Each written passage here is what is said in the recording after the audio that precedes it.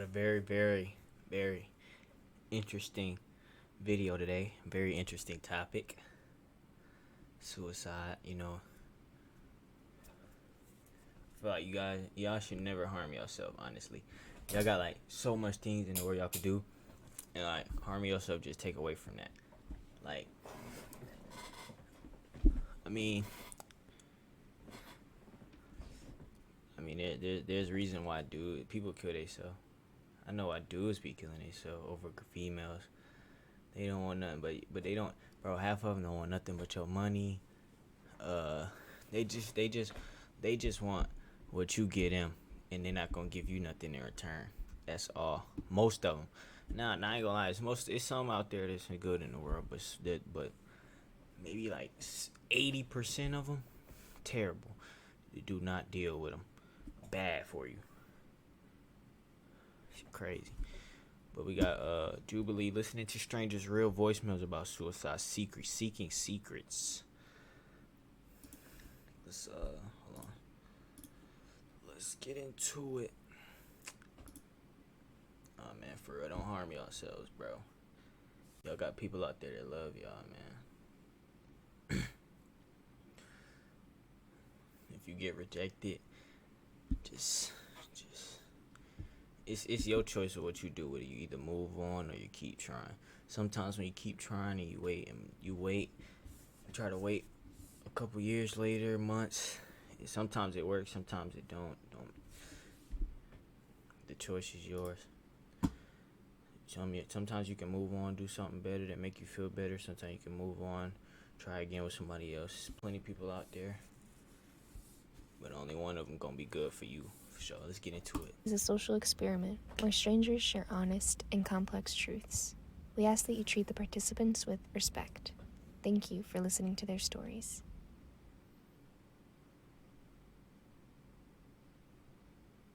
My ex-boyfriend said he would kill himself if he wasn't with me. I call him my ex because he's gone. I've been feeling grief for 2 months now.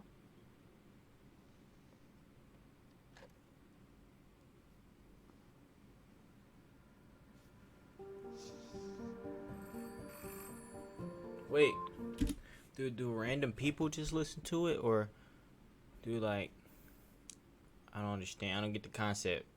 Do they call random people up just to hear these? You died. 2 months later, she died.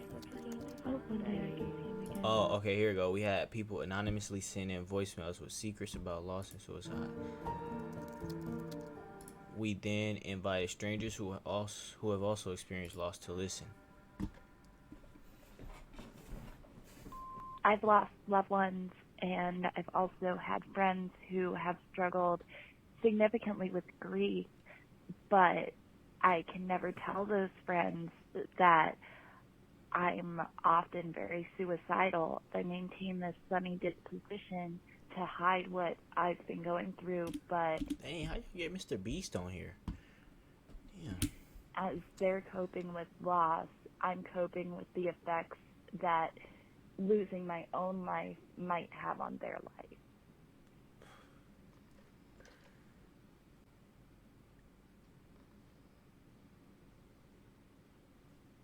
Oh no. I sit in the same position as her every single day. My mom, who has done the most for me, I feel like I can't even tell her how I feel sometimes, because the times where it's gotten really, really bad, seeing her feel like she's going to lose me has hurt me so bad. Sometimes putting on a sunny disposition is trying to protect other people, and sometimes it's also trying not to address maybe what's going on with me, and so you use it. Facts. Some people, hey bro, y'all niggas better check on y'all friends with, bro.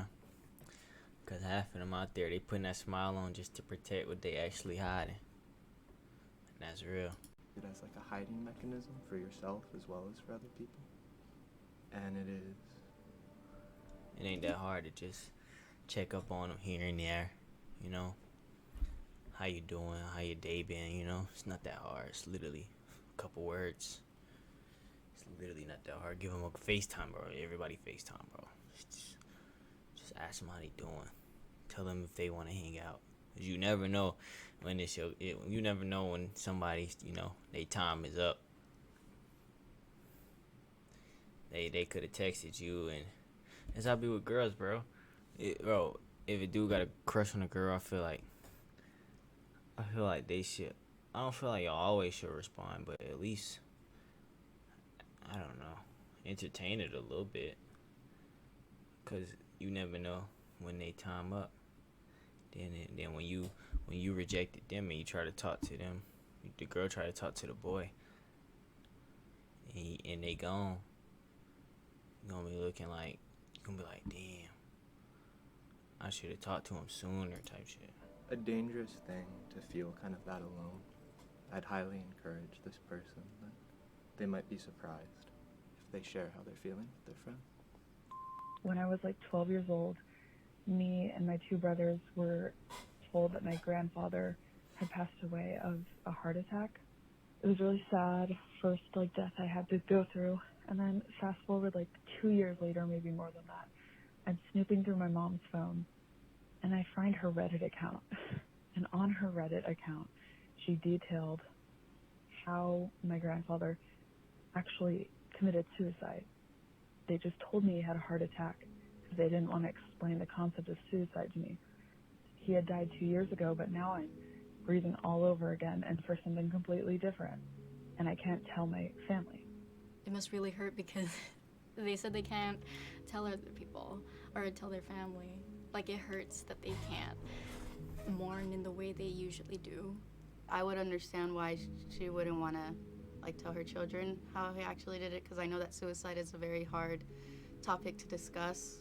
I can't imagine being an adult trying to explain really big topics to a kid, because what? I don't know what I would do. The first overdose, first death in my life, I wasn't told what actually happened. I actually was also told it was a heart attack.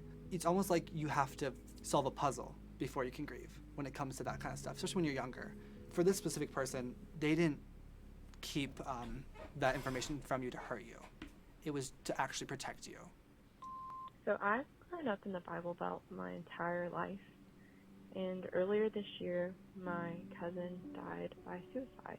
Previous to this, I'd removed myself from religion. It's probably been about a year now. When the time came for the funeral, all people could keep saying and talking about was, thank goodness he was saved 2 months before he died.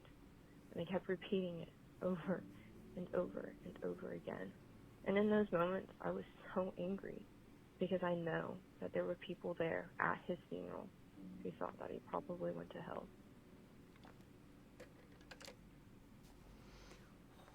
It's very unfortunate at a time like a funeral for people to discuss things like that, but that may just be their way of coping. Suicide is a very hard thing to conceptualize, especially when it's your loved ones. So relying on faith is definitely something that is an anchor for a lot of people to get through stuff like this. After I lost my sister, the judgment that I just saw from the church when I wasn't actively going back after the loss, oh man, I relate to that so well. My 15-year-old brother took his own life 3 years ago. Every day I struggle with forgiving him because it seemed like a very selfish and weak thing to do. My dad took his own life 2 days before my 10th birthday, and it ripped the family apart pretty significantly. I remember I had woken up the night that he had passed, and I had dialed his number. I was like, I just want to talk to him so bad, and then I never did. And for the longest time, I was like, that would have made all the difference. I find that I'm angriest in moments of transition. So graduating from high school, or getting a new job. Moments where it's like, I wish he was here to see what I'm doing. maybe it's too easy to say we all make mistakes, because that's a pretty big mistake. I hope he can forgive his brother, and more than forgive is accept his suffering and the choice he made. And life's different for everybody, and I think acceptance is like the right path towards peace. My ex-boyfriend said he would kill himself if he wasn't with me. I call him my... See what I'm talking about? I feel like I don't really get into percentages and all that, but I just know that most of the percentage of male suicide is from a female. And do they care? Yeah, after you die, after you off yourself. But like when they find out, yeah, they gonna be like, damn, or some shit, nigga. But at the moment, like, they not gonna care, bro. They gonna say, I'm sorry, I wish I would have talked to him more. Man, shut the fuck up. My ex because he's gone. I've been feeling grief for 2 months now.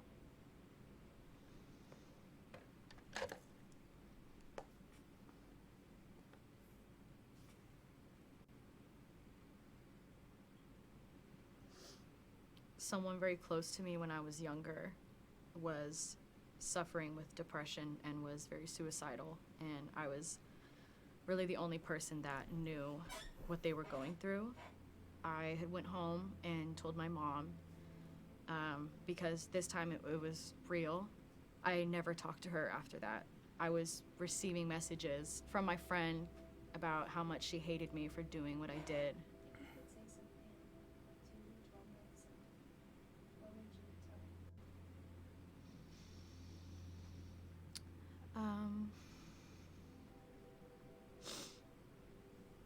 I would say that I'm proud of her. I lost my best friend from suicide when I was 23. I used to do a lot of drugs so I can see her again, and it was just crazy times. After I stopped doing drugs, I kind of forgot about her, and then I think that's better for me to forget about her than actually think about her, because there's no point when she's not even here anymore. I feel sad for this person that they feel like they should just forget about them, that's gonna make it better. I can't imagine just forgetting. Even the shirt I'm wearing, this is my husband's shirt. I haven't gotten rid of anything, and I don't plan on it, to forget anything. My husband hung himself, and to this day, like Why? It's like a little, almost like a video saved in my mind of exactly walking in the house. I struggled a lot with seeing him all the time, and that still happens at times. I'll be driving and I'll look, through my mirror and look into my back seat, and I see him with a rope around his neck, how I found him. That's real? Y'all actually see, like, people?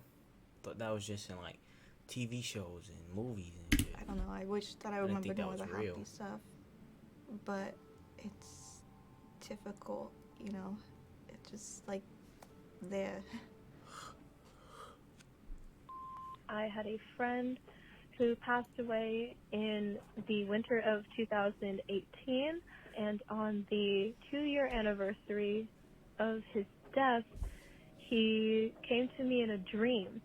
And in this dream, he gave me a really, really long hug.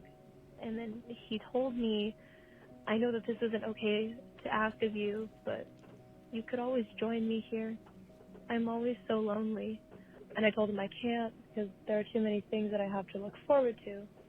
He told me, that's okay, just promise me we'll hang out once you get here. And I think about that dream at least once a week. So I actually have so many dreams about my friend. She comes to me at least like once a month, but it's the same dream every single time. And I see her and I'm like, oh my God, Maya, like, where have you been? Like, I miss you so much. And she's like, I've been in school, and she's always in school. I mean, I graduated college almost a year ago. She would have graduated at the same time, but she's still in college in my head. Since she never really graduated, I guess. I hope that dream fades for her, I guess. Because I know my husband is happy for me of how far I've come. It's not been an easy one since he passed, but I know that he wouldn't want me to join him just yet. I know my husband is somewhere where his heart is at peace, and I know he's painting somewhere, listening to music, probably Mac DeMarco or Kid Cudi, having probably a taco. It's really easy to say it gets better. We need to say that to each other, I think. But it's really hard to believe or to understand that it does get better. Because people would say that to me all the time, and you want to slap them. I once woke up in like a pool of my own blood. I remember being a little upset that I woke up. But I'm so glad I did. You know?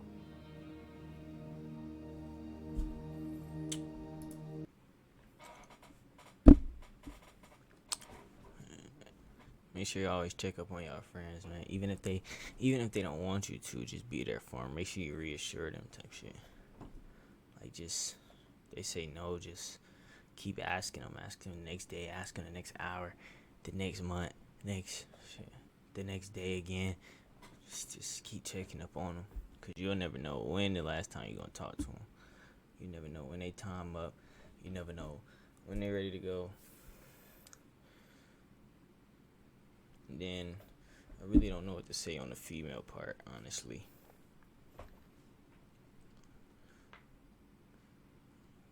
Like, the dude, like, have these dudes be off on themselves cause they get rejected and shit. And the females wanna feel bad after, like, you did what you did, bruh. You put it in motion, you know. It's nothing you can fix now. It's no, you can't say sorry. You're not sorry. You did what you did. Like, comment, subscribe.